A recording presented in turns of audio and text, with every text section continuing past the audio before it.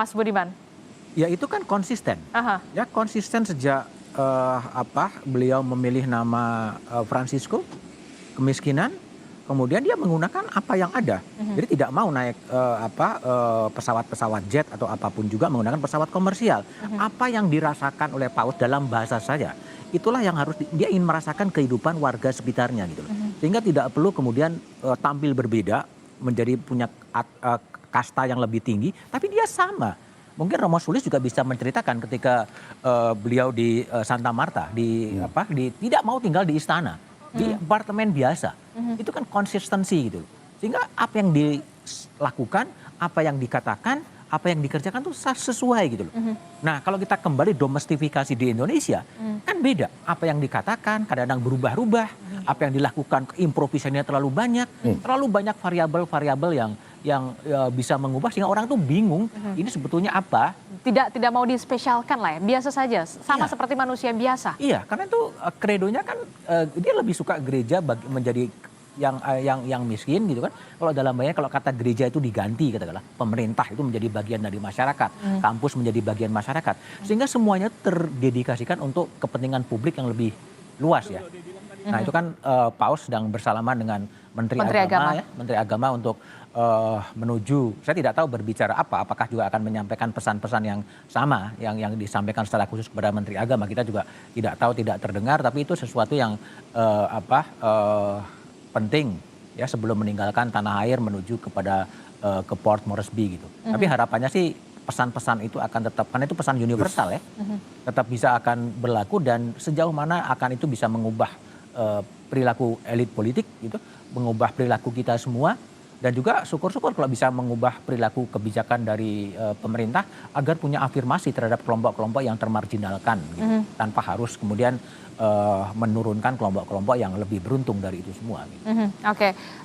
Banyak sekali pesan yang dibawa, dicontohkan dari seorang Paus Fransiskus di Indonesia selain soal kesederhanaan, tapi juga soal bagaimana tidak ada jarak di antara Paus Fransiskus dan juga warga, termasuk juga kita lihat bersama bahkan pesawat yang digunakan oleh seorang Paus Fransiskus yang merupakan pemimpin tertinggi dari umat Katolik sedunia. Ini menggunakan pesawat komersial Garuda Indonesia, bukan private jet.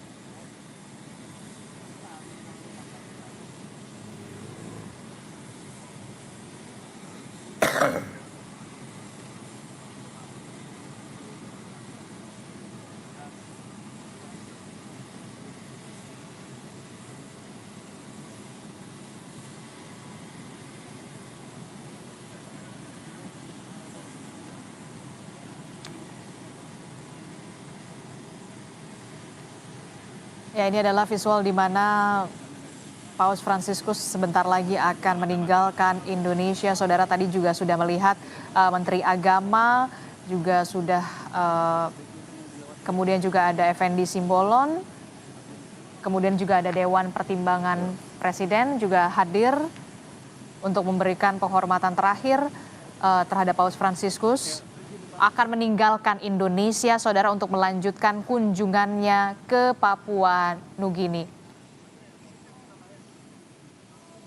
Ini adalah ucapan perpisahan dari seorang Paus Fransiskus kepada sejumlah pejabat yang sudah hadir di landasan Bandara Soekarno-Hatta untuk nantinya akan meninggalkan Indonesia dan akan bertolak menuju ke Papua Nugini untuk melanjutkan kunjungan apostolik atau perjalanan apostolik dari seorang Paus Fransiskus, saudara.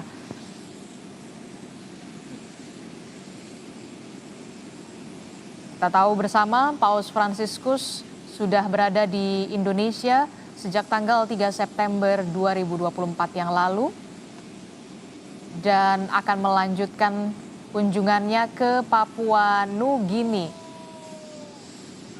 Bahkan banyak sekali ini kita lihat bersama petugas-petugas dari bandara juga sudah mulai antusias sekali untuk bersalaman dengan seorang Paus Fransiskus yang merupakan pemimpin tertinggi dari umat Katolik sedunia, saudara. Kita akan lihat bersama. Oke, kita akan lihat.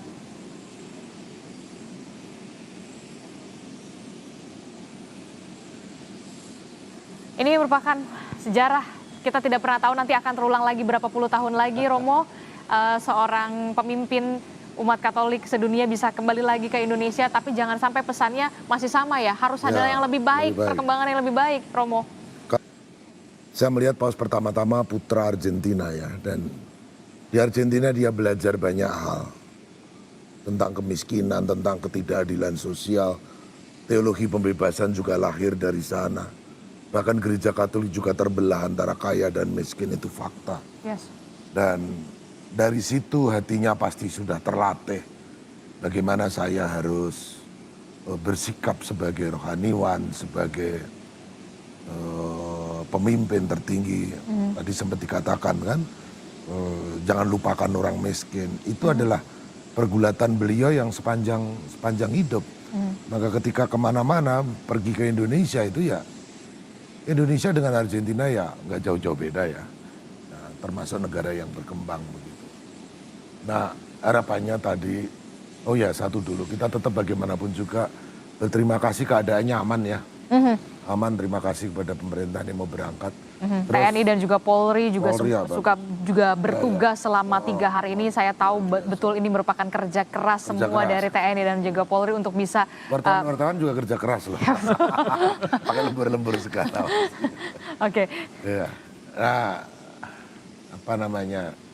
Ya kita berterima kasih lah kepada pemerintah Indonesia yang sungguh mengusahakan kenyamanan untuk Paus. Nah, Paus sendiri sudah meninggalkan banyak pesan-pesan bersama juga tentang tentu saja dengan kesederhanaan bersama dengan Imam Besar Masjid Istiqlal, Nasaruddin Umar. Dan bahkan momennya juga terlihat luar biasa ya.